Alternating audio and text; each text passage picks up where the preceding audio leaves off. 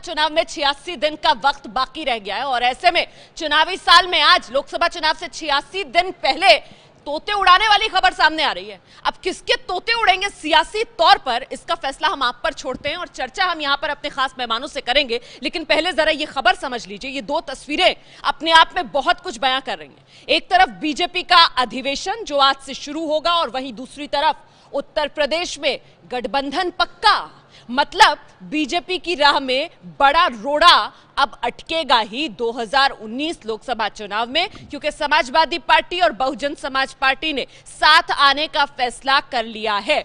UP में गठबंधन पक्का हो गया है। एसपी बीएसपी इसका औपचारिक ऐलान कल करने जा रही है। आपका चैनल एबीपी न्यूज आपको इस वक्त की सबसे बड़ी खबर बता रहा है। मायावती और अखिलेश के बीच गठबंधन पक्का। मायावती और अखिलेश कल औपचारिक तौर पर इस गठबंधन का ऐलान कर देंगे। गठबंधन की ताकत को भांप लिया गया उपचुनाव में आजमा कर और अब उसी दिशा में एसपी बीएसपी 2019 लोकसभा चुनाव में साथ ताल ठोकने के लिए औपचारिक ऐलान दोपहर 12 बजे लखनऊ में प्रेस कॉन्फ्रेंस करके करेंगे कल। हम सीधे रुख करेंगे। एबीपी न्यूज संवाददाता पंकज झा इस वक्त हमारे साथ मौजूद हैं। पंकज, एसपी बीएसपी का साथ आना मतलब सियासत के आसमान में कल सूरज पश्चिम से निकलने वाला है। जी हाँ, बिल्कुल। कुछ दिनों पहले तक या फिर कह लें कि फूलपुर लोकसभा के उपचुनाव से पहले तक तो हम सब भी ऐसा ही सोचते थे कि ये कमोबेश असंभव जैसा है कि बीएसपी और समाजवादी पार्टी एक हो जाएं। लेकिन अखिलेश यादव के राजनीति में आने के बाद से चीज़ें बदली हैं। ये पहल भी उनकी तरफ से ही की गई थी और मायावती ने हामी भरी और जो नामुमकिन लग रहा था कल वो मुमकिन हो जाएगा, जब एक फ्रेम में अब तक आपने देखा होगा कि साझा विपक्ष या फिर कर्नाटक में सरकार के शपथ ग्रहण के दौरान ये नेता आपस में दिखे थे साथ साथ, लेकिन एक ही फ्रेम में अखिलेश यादव और मायावती साथ साथ दिखेंगे, जो कि असंभव माना जा रहा था। और ये ऐसा मुमकिन इसलिए हो पाया क्योंकि मोदी को, बीजेपी को यूपी में रोकना है, तो इसके अलावा और कोई विकल्प बचता भी नहीं था दोनों के पास। गंवाने के लिए दोनों के पास और कुछ अधिक था भी नहीं। अगर 2014 और 2014 के लोकसभा चुनाव और 2017 के विधानसभा चुनाव को देखें तो इसके अलावा कोई विकल्प नहीं था। दोनों ने सूझबूझ दिखाई और दोनों कल साथ नजर आएंगे और अलायंस पर मुहर लग जाएगी। जी, लेकिन एसपी और माफ कीजिएगा, एसपी और बीएसपी साथ आ रहे हैं, कांग्रेस तो इसमें है नहीं, तो ये गठबंधन ही बनकर रह जाएगा, महागठबंधन नहीं बन पाएगा। देखिए, आरएलडी है तो एक तरीके से देखें यूपी में भी, अगर बिहार में कोई महागठबंधन है तो उस तरीके से यूपी में भी एक महागठबंधन की तस्वीर होगी और छोटी मोटी पार्टियां होंगी। और जैसा कुछ जगह पर यह बात बताई जा रही थी कि कांग्रेस भी इस अलायंस में हो सकता है, ऐसी इस बात की गुंजाइश शुरुआत से ही नहीं थी। अखिलेश यादव ने साफ साफ कहा था कि इसकी कोई गुंजाइश नहीं बचती है। मायावती भी नहीं चाहती थी रणनीतिक तौर पर कि कांग्रेस इस गठबंधन में साथ साथ रहे। रायबरेली और अमेठी में पहले से समाजवादी पार्टी सोनिया और राहुल गांधी के खिलाफ उम्मीदवार नहीं देती है, बीएसपी उम्मीदवार नहीं देती है। और जो खबरें आ रही हैं कि 2-4 ऐसी सीटें हैं जहां पर कांग्रेस के साथ समझबूझ से कांग्रेस अपने उम्मीदवार लड़ाएगी और दोस्ताना एक कह सकते हैं लड़ाई होगी सपा बसपा गठबंधन और कांग्रेस के बीच में। कोशिश ये है कि किसी न किसी तरीके से नरेंद्र मोदी और बीजेपी को यूपी में ही रोक लिया जाए। बिल्कुल, तो कुल मिलाकर एक तरीके से ये चाणक्य नीति अपनाने की कोशिश बीजेपी विरोधी दलों की, बीजेपी को रोकने के लिए। इसके तहत भले ही कांग्रेस साथ में ना हो इस गठबंधन में, जिसमें एसपी बीएसपी और आरएलडी तो औपचारिक तौर पर शामिल होंगे, लेकिन कहीं ना कहीं रणनीतिक समझदारी आपस में जरूर बनी हुई होगी, क्योंकि मात देनी है बीजेपी को, हराना है पीएम मोदी को, ये लक्ष्य लेकर आगे बढ़ रहे हैं विपक्षी दल। और कुल मिलाकर अब तक इस गठबंधन की तस्वीर क्या उभर रही है, किस तरीके से सीटों का बंटवारा किया जा सकता है, आइए जल्दी से जरा इस पर एक जानकारी हम ले लेते हैं पंकज से। पंकज, तस्वीर कुछ उभर रही है संख्या को लेकर, कितनी सीटें किसके हिस्से में? क्योंकि मायावती तो बार बार कहती रही हैं कि सम्मान से वो कहीं पर भी समझौता नहीं करेंगी। इसमें कोई दो राय नहीं है कि मायावती बहुत हार्ड बार्गेनर हैं समझौते में। आपको याद होगा बीजेपी के साथ जब सरकार बनी थी यूपी में, तब भी कितने हार्ड बार्गेनर वो साबित हुई थी। वो मुख्यमंत्री थी और जब उन बीजेपी के मुख्यमंत्री बनने की बारी आती थी तो वो अलग हो जाती थी। बहुत दिनों से इस पर एक्सरसाइज चल रहा है। मुझे जो पार्टी के सूत्रों से दोनों एसपी और बीएसपी जो जानकारी मिली है उसमें 37 सीटों की बात है। दोनों पार्टियां मिलकर लड़ेंगी। 3 सीट दी जा रही थी आरएलडी को, अभी जैन चौधरी मिले थे अखिलेश यादव से भी, तो हो सकता है कि उनको 4 सीटें मिल जाए। रायबरेली और अमेठी दोनों को छोड़ना है इस गठबंधन को, हो सकता है 1 सीटों का फर्क नजर आ जाए, हो सकता है बीएसपी 1 सीट अधिक लड़ ले, ऐसी संभावनाओं से इनकार नहीं किया जा सकता, लेकिन कमोबेश फॉर्मूला अभी बराबरी बराबरी का ही है। जी, तो बड़ी जानकारी जो दे रहे हैं पंकज झा, वो फॉर्मूला आप टेलीविजन स्क्रीन पर भी देख रहे हैं। ये देखिए, एबीपी न्यूज की टेलीविजन स्क्रीन पर इस वक्त गठबंधन में सीटों के बंटवारे का ये फॉर्मूला आपके सामने है, जिसमें बराबर बराबर सीटों पर एसपी बीएसपी 37 से 30 सीटों पर लड़ सकते हैं, 4 सीटें आरएलडी को दी जा सकती हैं और देखिए 2 सीटें जो हैं वो कांग्रेस के लिए छोड़ी जा सकती हैं। ये रणनीतिक समझदारी बनेगी कि कांग्रेस को इस गठबंधन में शामिल किया नहीं जाएगा, लेकिन कांग्रेस के लिए 2 सीटें छोड़ दी जाएंगी, अमेठी और रायबरेली। सोनिया गांधी और राहुल गांधी के लिए 2 सीटें छोड़कर ये गठबंधन की तस्वीर जो उत्तर प्रदेश में बनती हुई नजर आ रही है। एबीपी न्यूज पर हम आपको इसकी बड़ी जानकारी दे रहे हैं और ऐसे में चुनावी साल में ये बड़ा गठबंधन जिसे लेकर अब तक सिर्फ अटकलें, सिर्फ कयास थे, वो हकीकत का रूप ले रहा है। तो कुल मिलाकर क्या बीजेपी के तोते उड़ा रहा है? आइए जल्दी से एक रिएक्शन लेते हैं यहां मौजूद खास मेहमानों से। वार्ष्णेय जी हमारे साथ मौजूद है, वाम नेता। बीजेपी के तोते उड़ाने वाली खबर? देखिए, बीजेपी के तोते तो 5 राज्यों के चुनावों ने भी बता दिए और अब आने वाले समय में ये बहुत ज़रूरी है कि जितनी भी जनतांत्रिक और जो गैर सांप्रदायिक ताकतें हैं वो एक साथ मिलके जो बीजेपी है उसको हराए, क्योंकि देश की जनतंत्र को अगर बचाना है, देश की साझी विरासत को बचाना है, तो ये देश को बचाने के लिए बहुत आवश्यक है। नहीं सर, लेकिन तोते उड़ेंगे या नहीं उड़ेंगे, सवाल तो मेरा ये है। बीजेपी ने अभी 10% आरक्षण वाला जो बिल पास किया है, उससे तो उसने कास्ट का जो समीकरण है उसे तोड़ते हुए एक तरीके से क्लास पर अपना निशाना साधा है ना, तो यहाँ पर तोते कैसे उड़ा लेंगे समाजवादी पार्टी, बीएसपी, जो मुख्य तौर पर जातिगत समीकरण पर आधारित पार्टियां हैं? देखिए, उपचुनाव में जो हुआ और जो जनरल इलेक्शन में हुआ, दोनों अलग अलग चीज़ें हैं। आपने देखा ये 3 स्टेट की जो बात कर रहे हैं उसमें भी अगर देखें, छत्तीसगढ़ के छोड़ दें तो बाकी 2 जगह भारतीय जनता पार्टी ने बहुत अच्छा परफॉर्म किया है। और दूसरा, ये जो चीज़ें जो स्कीम आ रही हैं, देखिए स्कीम थोड़ी लेट इसलिए हुई कि सरकार के पास डिमोनेटाइजेशन से पहले पैसा नहीं था। मतलब आप कह रहे हैं योजनाओं से काट ढूंढ लेगी बीजेपी? डेवलपमेंट एजेंडा ही रहेगा उनके सामने। एजेंडा डेवलपमेंट रहेगा तो फिर कैसे तोते उड़ा देंगे दल? देखिए, विकास के नाम पर एक बार चुनाव लड़ा जा सकता है, लेकिन विकास के नाम पर चुनाव नहीं जीता जा सकता, यह हकीकत है। दूसरी बात, राजनीति में 2 और 2 हमेशा 4 नहीं होते, लेकिन कभी कभी 6 भी हो जाते हैं, ये भी देखना पड़ेगा। और जहाँ तक अभी जाति समीकरण की बात की, तो ये जो गठबंधन बन रहा है कथित तौर पर, इसमें एक तरफ से जाट हैं, मुसलमान हैं और यादव हैं ओबीसी के अंदर, और जाटव हैं दलितों में लेकर, तो ये कागजों में ये गठबंधन बहुत मजबूत मुझे दिख रहा है, कम से कम इस रूप में। और जो बीजेपी का अभी जो राष्ट्रीय अधिवेशन आज से शुरू होने वाला है, मुझे लगता है कि उसमें सबसे बड़ी चिंता बीजेपी के लिए यही खबर होगी, इसका काट ढूंढना। चलिए हम सीधे रुक करते हैं, राजनीतिक मेहमान अब हमारे साथ जुड़ना शुरू हो गए हमारी इस बड़ी कवरेज में, और सबसे पहले हम आपको लिए चलते हैं बीजेपी की तरफ से प्रवक्ता प्रेम शुक्ला जी इस वक्त हमारे साथ मौजूद है। प्रेम शुक्ला जी, दिन की शुरुआत तोते उड़ाने वाली खबर से सर, एसपी बीएसपी गठबंधन का औपचारिक ऐलान कल होने वाला है।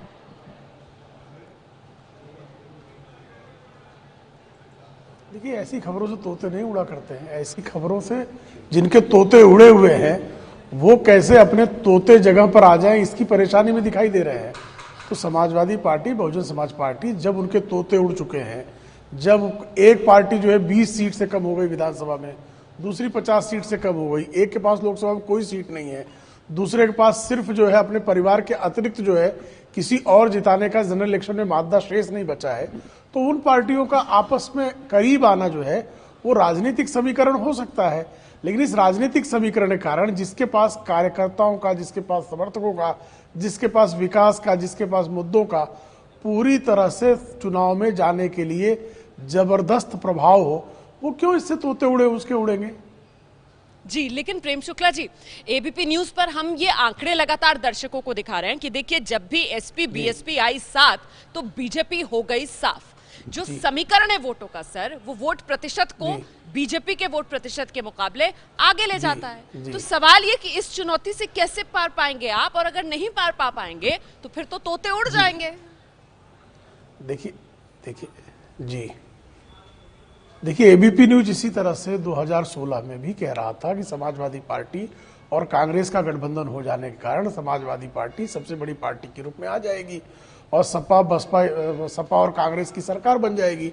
लेकिन 1+1 2 नहीं हुआ, बल्कि 1+1 होने के बाद 0 हो गए। दोनों युवकों का जोड़ा ऐसे टूटा कि विधानसभा चुनाव के बाद लोकसभा चुनाव आने तक दोनों एक दूसरे को पसंद नहीं कर रहे हैं। दोनों युवकों का जोड़ा जो सबको ये साथ पसंद था, अब ये साथ नापसंद हो गया है। तो बुआ और बबुआ की भी जब भी एकता हुई है, आज तक का जो पौराणिक आख्यान है, जब भी बुआ की गोद में बबुआ बैठा है, दोनों में किसी एक का जो है धराशायी होना या किसी एक का खाक होना सुनिश्चित है। तो ये जो पौराणिक आख्यान जो है वो राजनीतिक तौर पर भी कालांतर में सत्य सिद्ध होगा।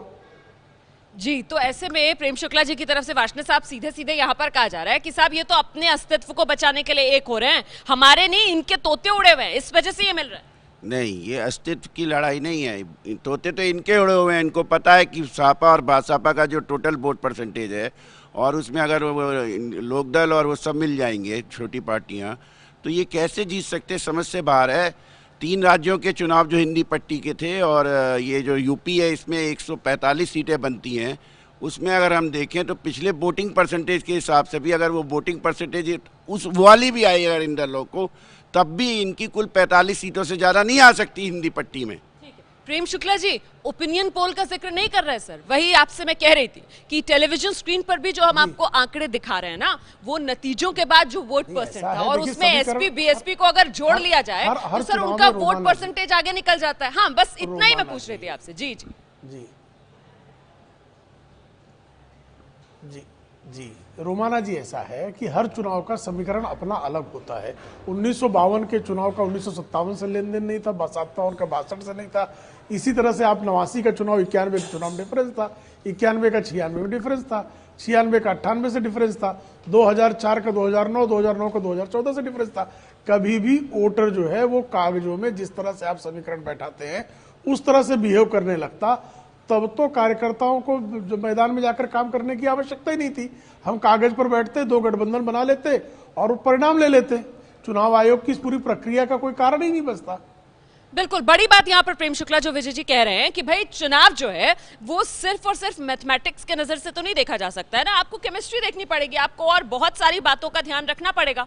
हाँ, बिल्कुल रखना पड़ेगा, लेकिन आपको ये भी देखना पड़ेगा कि गोरखपुर के अंदर जब ये गठबंधन ने काम किया तो मुख्यमंत्री अपनी सीट वहाँ से लोकसभा सीट हारते हैं, फूलपुर में उप मुख्यमंत्री हारते हैं, कैराना में आरएलडी के हिस्से में वो सीट चली जाती है। एक चीज़ ये, और दूसरा ये साथ साथ यूपी के अंदर इस महागठबंधन के साथ साथ बीजेपी को 5 साल की मोदी सरकार की एंटी इनकम्बेंसी और करीब 1.5-2 साल की योगी सरकार की एंटी इनकम्बेंसी को भी झेलना पड़ेगा। ये भी आपको गौर करना पड़ेगा। तो प्रेम शुक्ला जी, दूध का जला तो सर छाछ को भी फूक फूक मार मार कर पीता है। आप लोग सबक लेने के लिए तैयार नहीं है क्या? देख चुके हैं गठबंधन कैसे हराता है। जो नहीं रोमाना जी, जो दूध पीना जानता है उसको छाछ फूकने की आवश्यकता नहीं पड़ती, एक बात। दूसरी बात, आपको पता होगा लोकसभा चुनाव से और विधानसभा चुनाव के बीच में 10 विधानसभाओं के उपचुनाव हुए थे और उन उपचुनाव में समाजवादी पार्टी जीती थी। और यही जो है, जब 2017 के विधानसभा चुनाव शुरू हुए तो तमाम विश्लेषकों ने भारतीय जनता पार्टी की विजय पराजय का फलादेश जारी कर दिया था। कहा जब चुनाव परिणाम आया तो जो फलादेश जारी करने वाले थे उनके तोते उड़े हुए थे। तो सर क्या लग रहा है आपको, जातिगत समीकरण क्यों टूटेगा? क्योंकि भारतीय वोटर हम देखते आए किस तरीके से जातीय समीकरण से बाहर निकलकर कम ही वोट करता है।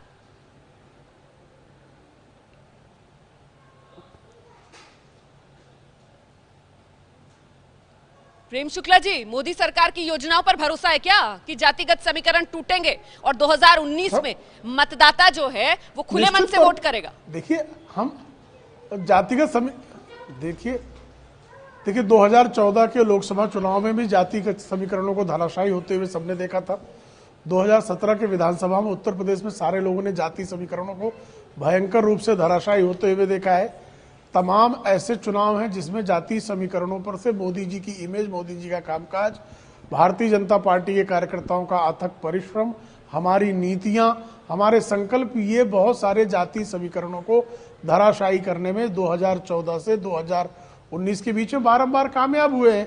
तो हमको पूरा विश्वास है कि हमारी जो कमियां हैं हम उसको दूर करके, निश्चित तौर पर हर राजनीतिक दल में हर चुनाव में कुछ कमियां रहती हैं, उसको अगली बार जो है दुरुस्त करके, उस पर काम करके अगली बार हम जय पराजय को जय में परिवर्तित करने की कला ही जो है वो राजनीति में स्थायी रूप से टिकने का सबसे बड़ा मंत्र होता है। और भारतीय जनता पार्टी भारतीय जनसंघ के जमाने से और भारतीय जनता पार्टी के युग में पूरी तरह से पराजयों को जय में बदलने के कौशल में निश्चित तौर पर सफल रही है, हर कोई जानता है। ठीक है सर, मैं सीधे रुक करूंगी। हमारे साथ अब कांग्रेस के नेता मोहम्मद खान साहब भी जुड़ चुके हैं। मोहम्मद खान साहब, गठबंधन जो है वो बन ही इसलिए रहा है क्योंकि गठबंधन की पार्टियों के तोते उड़े हुए हैं। ऐसे में बीजेपी के सामने कहां टिक पाएगा गठबंधन, ये बड़ा दावा कर रहे हैं बीजेपी नेता प्रेम शुक्ला।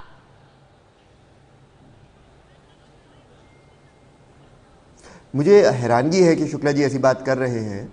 मैं यही कहूँगा कि गोरखपुर, कैराना और फूलपुर में तो इन्होंने देख लिया कि अगर सब साथ खड़े होते हैं तो बीजेपी की कैसे हार होती है। गोरखपुर जहाँ से अजय सिंह बिष्ट हैं, उनकी ज़ाती सीट, कैराना जहाँ पे 100 EVMs फेल हो गई थी, उसके बावजूद भी भाजपा की हार हुई। तो मैं तो ये कहूँगा शुक्ला जी भी जानते हैं कि सोनिया मानो की पार्टी तो यही सब बड़ा सबूत रोमाना जी क्या है, ये लोग बार बार सोनिया अपनी मानो बात तो की नहीं पार्टी, करते। राहुल विंची की पार्टी अरे यही शुक्ला सब जी आप सोचेगी। क्यों हस्तक्षेप करें, सुनिए ना। सुबह सुबह मैं कह रहा हूँ, मैं आपको एक बात बताता हूँ, आप गौर फरमाइए एक बात पे, और मुझे हैरानगी होती है इसमें राहुल विंची जो है, भाजपा वाले जो इस हमारे देश गठबंधन का को लेकर क्रिश्चियन बार-बार मिशेल के सवाल भांजे उठाते से यही हैं, सब आत्मचिंतन करते क्रिश्चियन रहते मिशेल हैं। के और आपके भ्रष्टाचार में 13 जो बने है हुए अलायंस पार्टनर पार्टी आपको से छोड़ के यही सब चले गए। अपेक्षाएं हैं। आपके किसी भी 13 मठाधीश अलायंस का पार्टनर अपमान आपको करना, छोड़ के चले गए। हिंदू समाज आप के यही बात मठाधीश कीजिए। का अपमान करना, नहीं, अच्छी बात है, बेटी आप यही के बात फरमान का पालन कीजिए। करना आपने मैं मध्य समझ प्रदेश सकता में हूं। किसानों की ये बात एक जो है नहीं मियां की, से आपने इससे यही नहीं की जा की सकती। कि क्रिश्चियन मिशेल की बात की, और इधर कोई उधर अजय की सिंह बातें बिष्ट की। कहना, एक मठाधीश का जिसका नाम परिवर्तित सुबह है, सुबह क्यों जहर फैला जिसको रहे हैं आप? जिसने दीक्षा ली है, सुबह सुबह क्यों उसका जहर फैला अपमान रहे हैं आप? करना, ये मक्का से और आप क्यों वेटिकन से सुबह निकले जहर फैला रहे फरमानों हैं, में शुक्ला यही सिद्ध होना है। वो अरे समझ नहीं, में आ पानी गया। पीजिए, आराम आपकी कीजिए। संस्कृति जो है वो प्रकट हुई उनका नाम नहीं है क्या?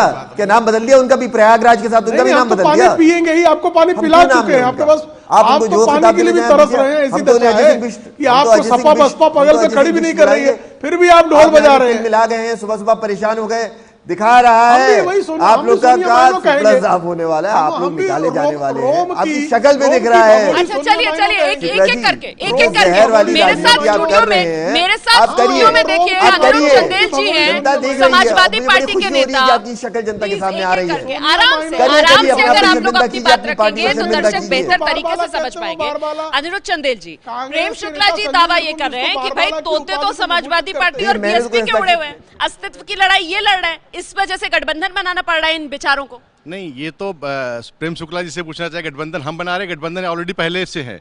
ये विपक्ष से इतना डर गए हैं, इनके खुद ही तोते उड़े हुए हैं, और इस तरह जो तोता बना दिया सीबीआई और उनको, तो इससे जाहिर हो रहा है कि 2019 में नरेंद्र मोदी जी की भारतीय जनता पार्टी की जमीन खिसकती नजर आ रही है। धरातल पर इन्होंने 4 साल से कुछ नहीं किया है, उसका परिणाम इनको 2019 के चुनाव में देखने को मिलेगा। और अभी 3 राज्य जो हार के आए हैं, इसलिए इनके तोते इसी तरह ठीक ये इन पे कहावत इन पे चरितार्थ हो रही है कि इनको जो 3 राज्यों में हार के आए हैं इसके तोते उड़ गए। अब इनको जो जितने सिगुफे छोड़ने हैं वो सिगुफे छोड़ रहे हैं लोग। चलिए मुझे ब्रेक के लिए यहाँ पर रुकना होगा, और ब्रेक के बाद जब हम लौटेंगे तो चर्चा जारी रहेगी, क्योंकि बड़ा सवाल आज सबके मन में यह है कि सियासी तौर पर आखिरकार किसके तोते उड़ रहे हैं। समाजवादी पार्टी और बीएसपी गठबंधन का औपचारिक ऐलान करने जा रहे हैं। बीजेपी का आज महाअधिवेशन है। बड़ी कवरेज एबीपी न्यूज पर लगातार जारी है। सभी मेहमान हमारे साथ बने हुए हैं, आप रहिए हमारे साथ एबीपी न्यूज पर।